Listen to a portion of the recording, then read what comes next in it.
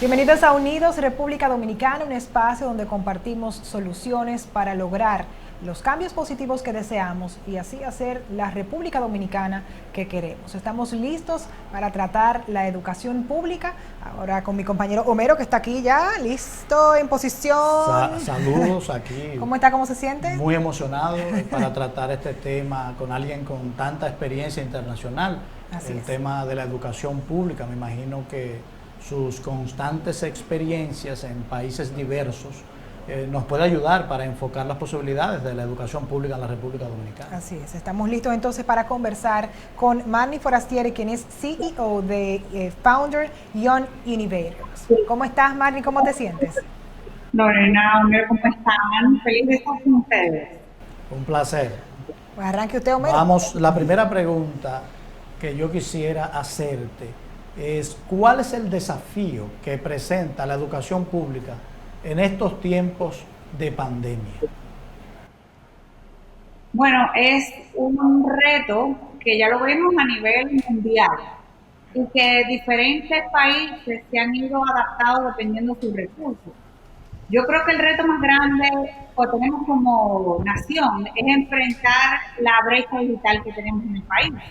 En países como Estados Unidos, por ejemplo, que todavía se ve que la brecha digital no está completa, no es perfecta, pero tú has visto cómo los profesores les ha sido más fácil poder migrar a otro tipo de enseñanza, como la enseñanza virtual. Yo me imagino cómo será y que el reto se intensifica en los países como el nuestro, donde no existe esa brecha digital, donde el estudiante no tiene una computadora en su casa, donde no tiene acceso al internet. Yo creo que algunos países, como en Italia, como en España, han como iniciado muchas campañas muy innovadoras. Por ejemplo, en España y en Italia se comenzaron a utilizar los públicos como aulas de clase.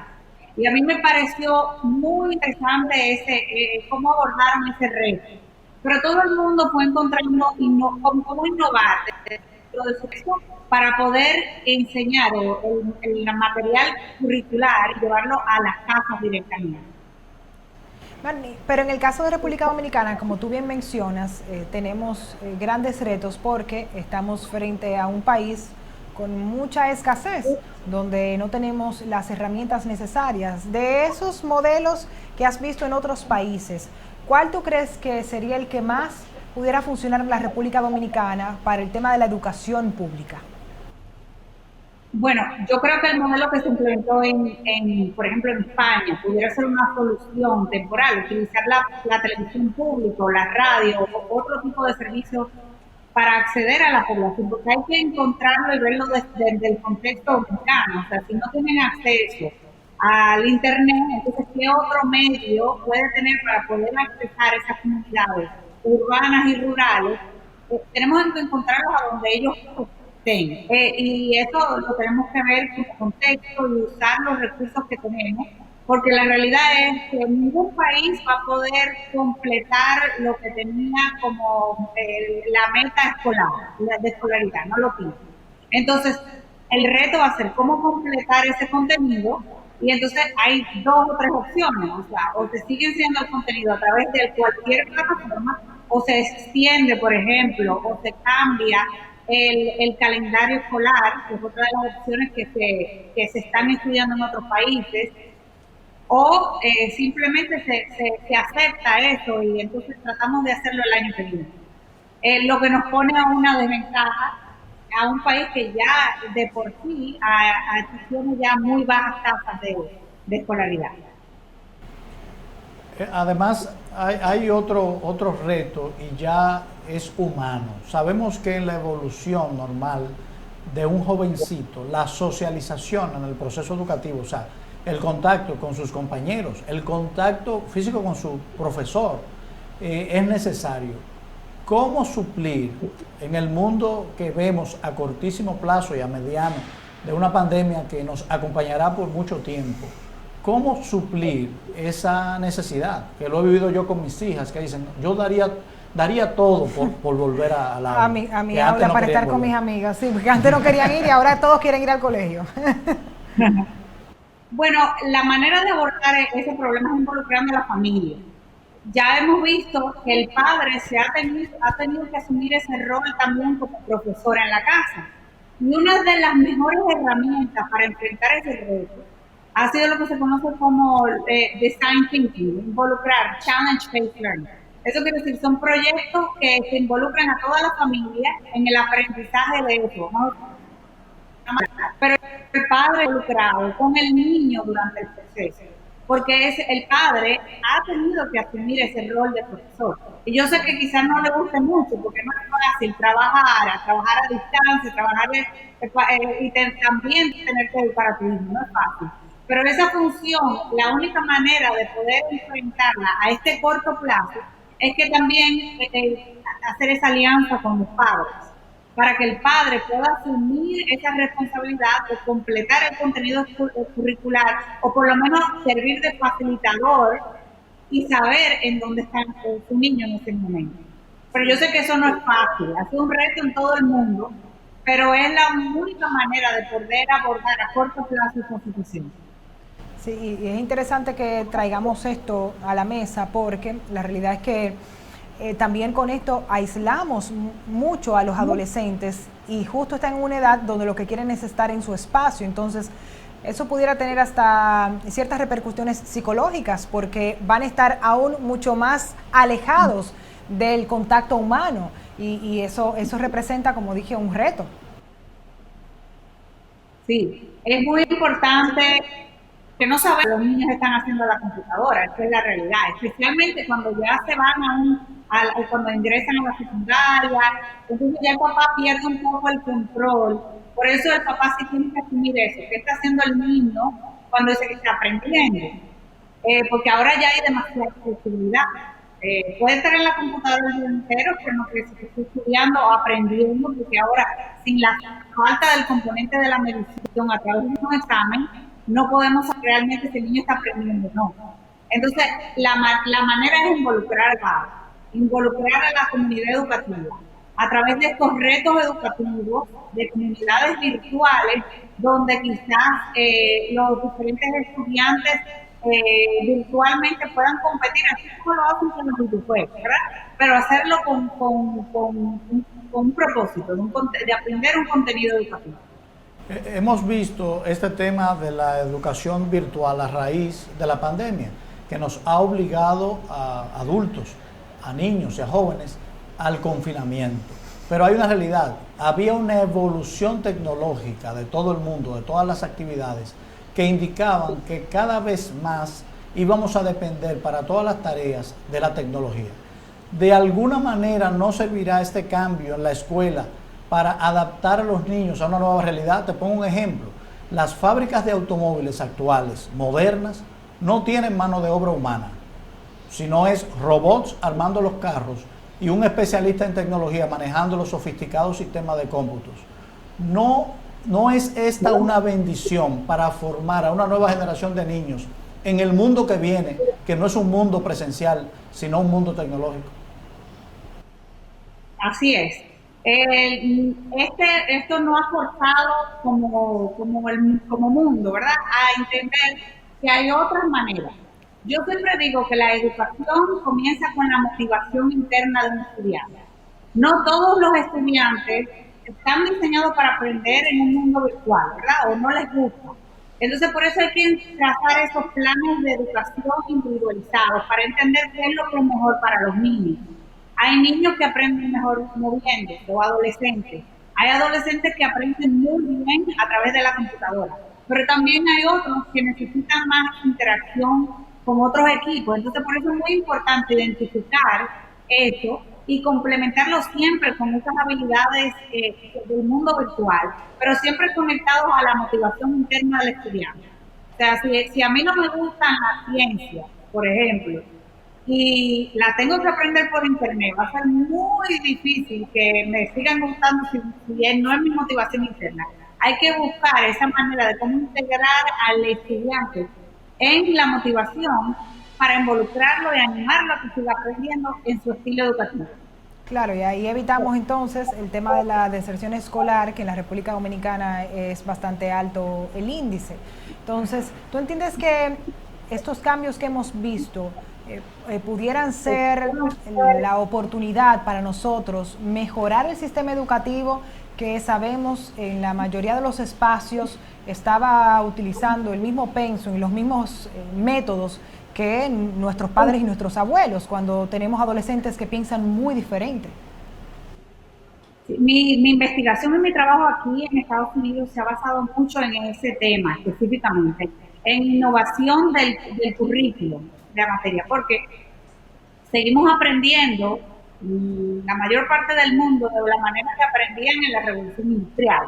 Entonces, esto nos ha forzado a todos a aprender otra manera de cómo podemos enseñar el contenido, pero también nos pone a todos los países en la misma escena. Todos tenemos el mismo acceso a la información gracias a Internet. Todos tenemos a la misma oportunidad debido a esta situación, y yo creo que el país que sea capaz de más entender cuándo comienza la formación del individuo y a partir de cuándo es el país que va a poder llevar ese plan de acción y ser eficiente en cómo lograr esa buena medición en resultados académicos. ¿No podríamos aprovechar esta realidad obligada de la enseñanza virtual para generar una revolución educativa en materia del pensum, del currículum estudiantil? Yo siempre me quejaba cuando era estudiante de que tenía que tomar las materias iguales que todos mis compañeros, cuando yo sentía que tenía intereses diversos. Por ejemplo, a mí me hubiese gustado recibir 3 horas de historia y media hora de matemáticas, pero no, tenía que tomar la misma cantidad de horas que a los compañeros que les gustaba la matemática. ¿No es esta una gran oportunidad para hacer una educación personalizada, viendo el potencial de los niños y enseñándolos precisamente, mejorando las capacidades, sus inclinaciones, y no esa educación prusiana del siglo XIX? Me encanta esa propuesta, me parece muy interesante, y es donde tiene que ir el ideal de la educación, identificando esa pasión del niño y diseñando ese proyecto educativo, ese plan educativo para el niño. El reto de la educación virtual es cómo tú puedes facilitar lo que se conoce como el 21st century skill, que son las cosas que todos los empleadores dicen que los niños necesitan, que son cómo comunicarse. Ese es el reto, de cómo fuimos dándole esa oportunidad al estudiante de que practique esos 4 renglones que son críticos para ser un profesional, que es cómo comunicarte en tu contenido y con los otros, cómo poder trabajar en equipo, porque el reto de la educación virtual, aunque es muy bueno, nos da esa limitación que no nos permite. Entonces, tenemos que entender cómo podemos nosotros apoyar esas iniciativas en un mundo virtual, de cómo promover esa cooperación entre todos. Después es muy importante saber cómo yo promuevo el pensamiento crítico. Para el pensamiento crítico tú todavía necesitas trabajar con un grupo de gente. Por ejemplo, ahora me acaban de decir una idea maravillosa, pero entonces si Lorena dice algo, entonces yo también aprendo y la idea crece. Entonces eso, el pensamiento crítico se forma también con el pensamiento de la comunidad educativa. Y esas son las limitaciones de la educación virtual. Sí, hay una limitación. A mí me encantó una frase dicha por una conferencista, no recuerdo el nombre ahora mismo, pero ella decía que muchos se cuestionaban sobre si ir a la universidad era necesario, sobre si estudiar era necesario. Ella decía que lo más importante de la universidad no es lo que aprendemos como contenido, sino lo que aprendemos como seres humanos. Y quizás también por eso la metodología de buscar la forma de que trabajemos en equipo, en materias quizás que nos gusten y otras cosas que no nos gusten, es lo que nos lleva a formar mejores seres humanos, porque la realidad es que en la vida vamos a tener que lidiar con cosas que no nos gusten tanto, y eso le vamos a tener que poner una pasión extra hacia aquellos que se convierten en nuestro gran deseo, nuestro gran sueño. Entonces ahí también hay un reto de mejorar esas habilidades humanas dentro de la educación. Exactamente. Y lo que se sabe gracias a las investigaciones de neurología y a través de la ciencia, es que eso comienza mucho antes que en la universidad. Eso comienza desde la primera edad, de la primera infancia. Entonces, por eso yo me convertí en mi trabajo, tiene mucho que ver con la primera etapa de un individuo. Porque todo lo que somos, dice, no se forma en la universidad, se forma en el kindergarten, en la etapa de la primera infancia. Porque ya sabemos que el cerebro se forma a 90% de su capacidad antes de que tenemos 5 años. Y ya a los 5 años el cerebro de un niño está prácticamente construido en lo que va a hacer. Entonces, por eso es tan importante comenzar ese trabajo mucho antes de que un niño llegue a una universidad. Porque todos los niños, y esa es lo que arroja la investigación, tienen todas las capacidades para ser exitosos durante toda su carrera y para aprender lo que quieran, si tienen una buena primera infancia. Hay un principio científico que dice que el ojo del científico cambia la realidad de lo que mira. Aplicado en esta realidad virtual de la educación, este impacto de la tecnología no solamente cambia la vida de los niños, sino también cambia la vida de los adultos. Y pensando, por ejemplo, en una de tus habilidades, eres escritora de libros infantiles, veo en tu biografía que tienes varios libros infantiles para educar a los niños a conocer su cuerpo, a conocer la alimentación. Este mundo virtual va a cambiar esa habilidad que tienes, porque los libros de papel, de alguna manera, van a hacerse cada día más irrelevantes. ¿Cómo tú visualizas tu vida de escritora en este mundo de virtualidad? Bueno, eso es un buen reto personal. Yo creo que los niños todavía necesitan, y especialmente en los primeros años, necesitan ese contacto táctil, ¿verdad?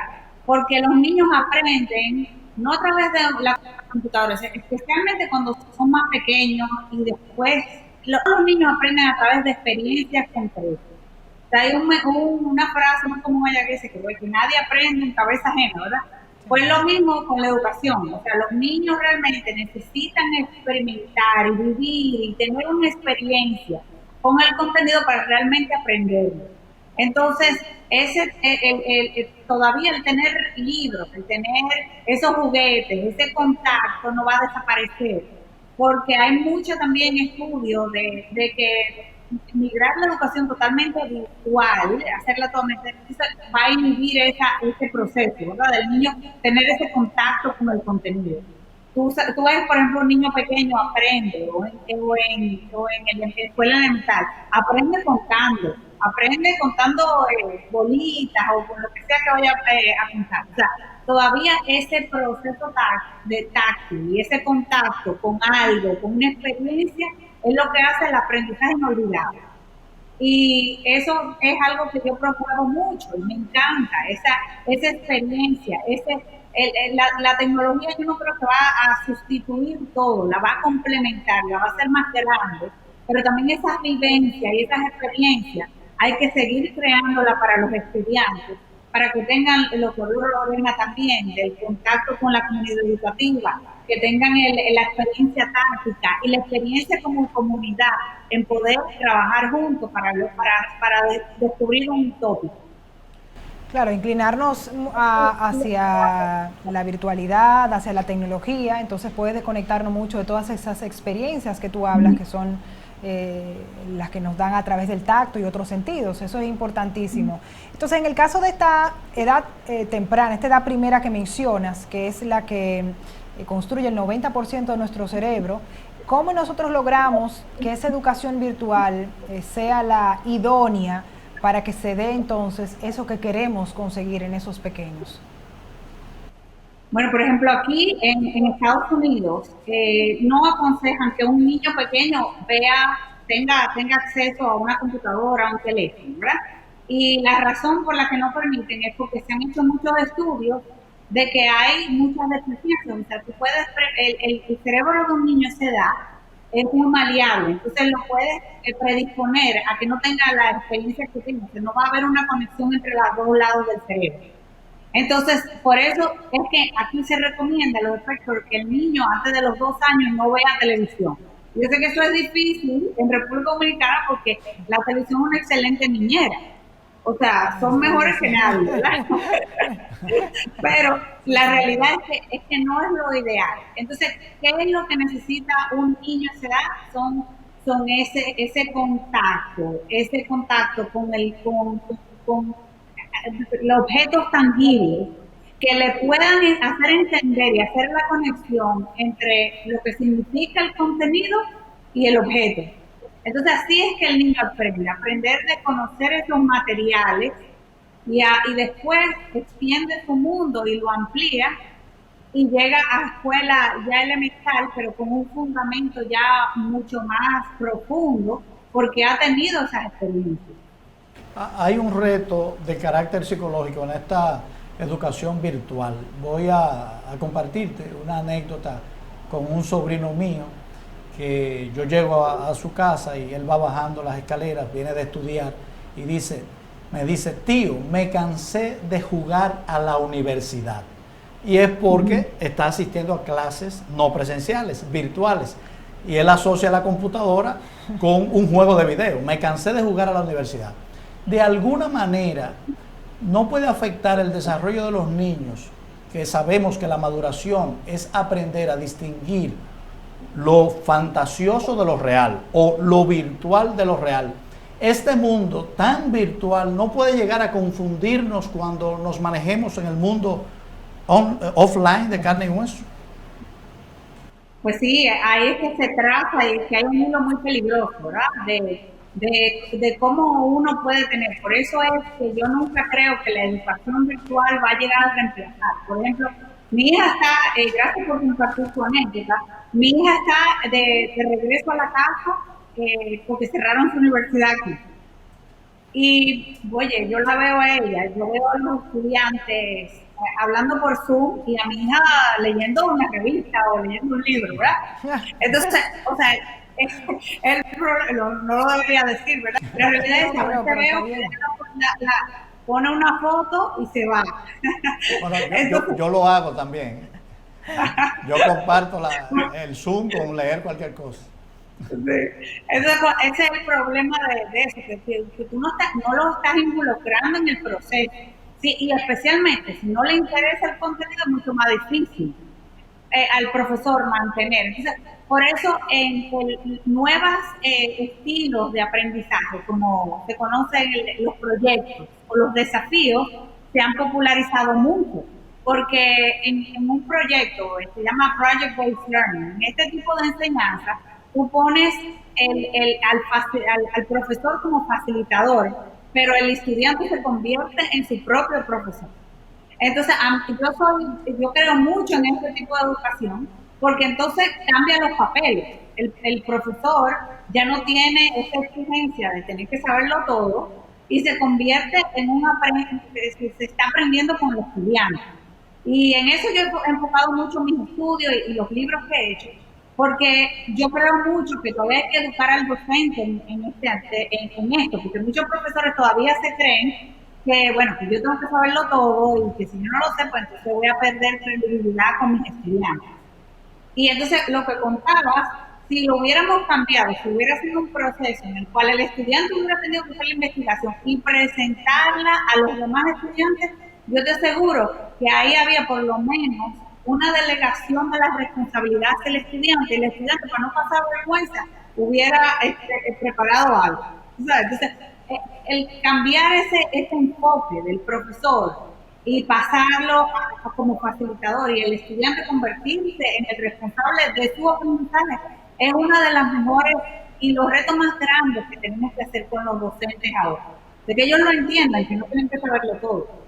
Claro, y bueno, el mismo hecho de que por lo menos en República Dominicana ha pasado, yo sé que en otros países que no tienen un gran desarrollo, que los profesores se han encontrado con plataformas que no habían nunca utilizado.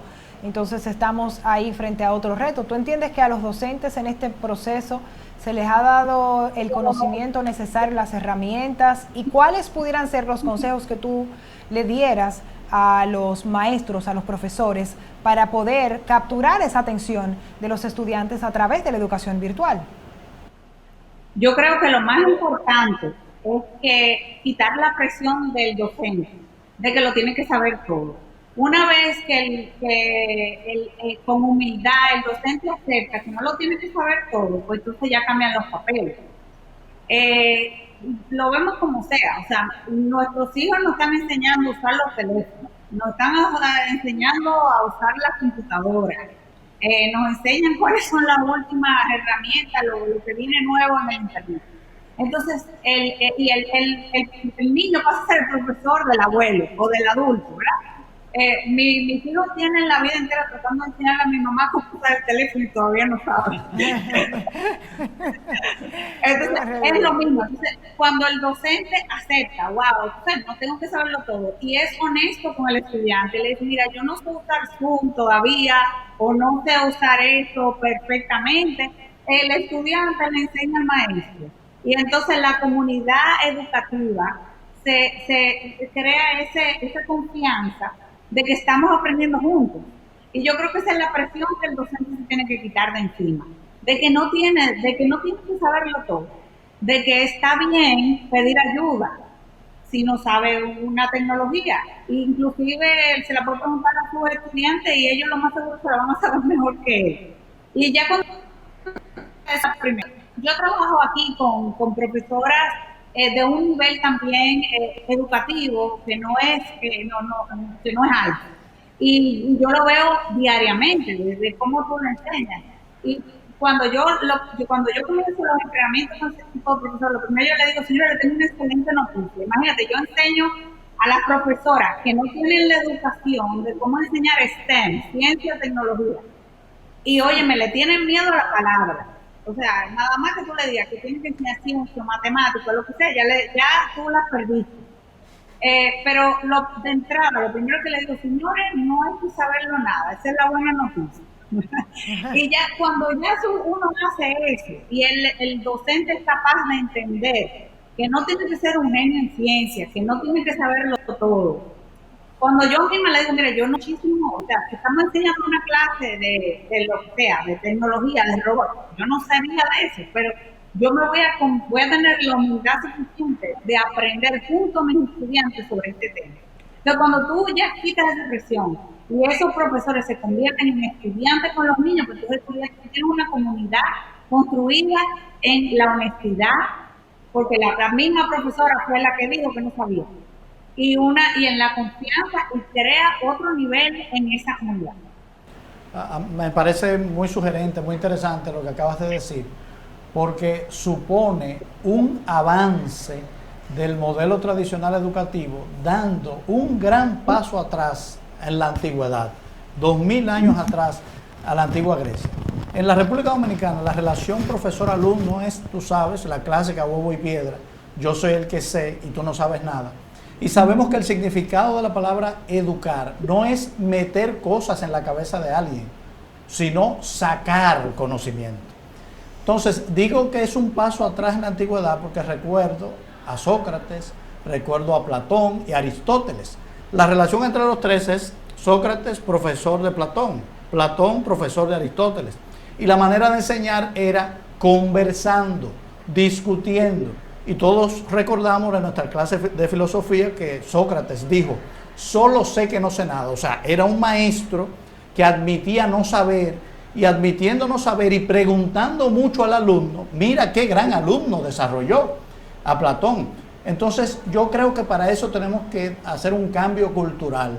Lo que dice es muy importante, que el maestro entienda, no lo sé todo, y este niño que yo estoy educando puede aportarme conocimiento. Entonces, establecer un modelo educativo de preguntas y respuestas, donde se descubre el conocimiento. Sí, un modelo educativo horizontal y no vertical. Exactamente. Nosotros somos un país que nos conducimos de esa forma y lo vemos desde nuestras grandes autoridades. Yo tengo la palabra, tú no la cuestionas, y eso mismo se da en nuestro sistema educativo.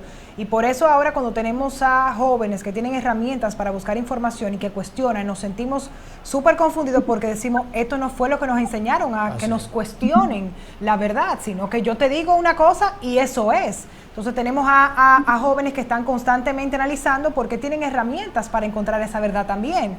Y es un sistema que sería cambiar una cultura. O sea, es algo bastante profundo. Exacto. Pero comienza con el profesor y comienza con el director del centro, ¿verdad? Y sobre todo exige una humildad tremenda del profesor, de entender de que no tiene todo el conocimiento y de que ya no lo necesita tener.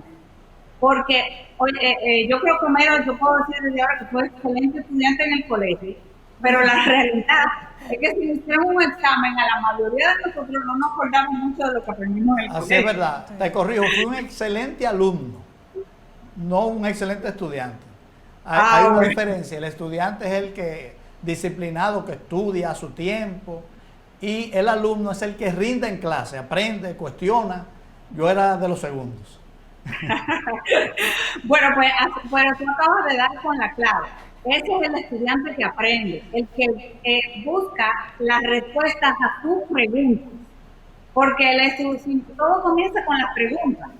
O sea, si tú me vas a dar a mí, y yo voy a ser un ente pasivo de un contenido, yo no tengo ningún contacto con ese contenido. Por eso es que las nuevas técnicas de enseñanza son tan eficientes, porque mirémonos a nosotros mismos. O sea, la repetición de lo que nosotros aprendemos en el colegio. Por ejemplo, yo fui a la UNFU, yo estudié medicina y fui a la clase de anatomía, yo no me acuerdo de un hueso casi. Porque yo realmente me lo embotellé, o sea, todo. Claro. Y ahora si alguien de la UNFU me pregunta algo, le voy a dar vergüenza porque no me acuerdo de nada. Y cambian los contenidos. Yo viví esa experiencia con mi hija que está en el tercero de bachillerato, ya no se llama así, pero yo no me acostumbro a decirle de la nueva manera. Y tiene clase de historia y me pregunta sobre un periodo de la historia que en mi época no le dimos importancia, que era el siglo XVII, el siglo XVIII, los gobernadores, los capitanes generales y ese reguero de nombres españoles. En detalle lo que hicieron, porque nosotros dimos esos siglos como que no tenían importancia, pero ahora lo analizan en detalle.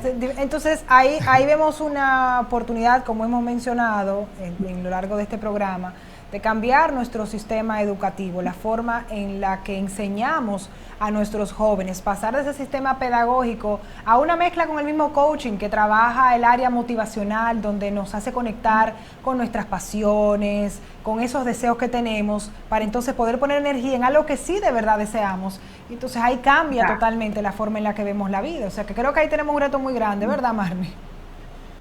Sí, pero también muy interesante y se puede hacer.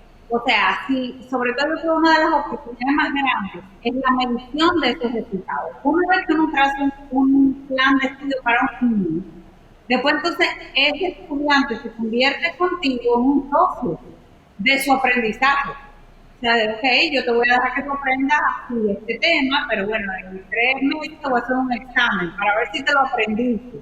Entonces, ya cuando el niño se ve involucrado también en este proceso, pues entonces se siente más responsable de su aprendizaje. O sea, a la gente, como dicen, no tenemos que enseñarlo a pescar, tenemos que enseñarlo cómo ellos pueden encontrar el contenido en un mundo virtual, en un mundo donde ellos pueden tener experiencia, y entonces ellos que salgan ahí y después entonces nos tienen que demostrar que sí se lo aprendieron, ¿verdad? Porque tenemos que tener esa medición, y tenemos que tener algo que yo hago mucho con las docentes, es medirla, o sea, no dejarlo para una sorpresa cada 3 años con un examen de PISA, ¿verdad? Claro. Sino medirla regularmente y saber por dónde es que van los estudiantes, cuál es el que le está más flojo en esa materia, en lectura, en matemática, o con quién tenemos que trabajar, y después involucrarle al estudiante para saber, oye, ¿qué te pasó aquí? ¿Cómo podemos trazar un reforzamiento especial para que tú puedas estar mejor con eso? Y hay muchas estrategias, y yo veo que a nivel de país, yo veo muy emocionante esto como oportunidad. Incluso, es decir, mucho más fácil de resolver que en países tan grandes como Estados Unidos. O sea, yo creo que los retos de la educación lo enfrentan todos los países. Claro. Pero en países más pequeños tenemos esa oportunidad todavía de que son países mucho más pequeños que se pueden resolver. Y por eso es que los mejores países con la mejor educación son los países como Finlandia, como Singapur, como Corea, son países más de la cultura, que están más unificados. Un país como este, Por ejemplo, Estados Unidos es mucho más complejo poder resolver un problema como la educación. O sea que yo creo que hay mucha esperanza. También, si lo vemos así, siempre hay dos maneras de ver la cosa. Si lo vemos así, pues, y establecemos planes de tácticos que sean muy inteligentes, con una estrategia global, pues entonces sí se pueden resolver. Pues tenemos ahí el reto. Marvin, muchísimas gracias por compartir toda esa información con nosotras desde una perspectiva muy novedosa, y creo que es lo que nos hace falta, la novedad. Y es la idea de Unidos, ¿verdad? Discutir temas para mover a la reflexión y que sirvan para aplicar acciones prácticas. O sea que gracias por estar con nosotros, Marvin. Hasta la próxima. Bueno, gracias a ustedes por todo lo que hacen por el país. Gracias, y gracias a ustedes por acompañarnos en Unidos. Nos vemos en otra versión.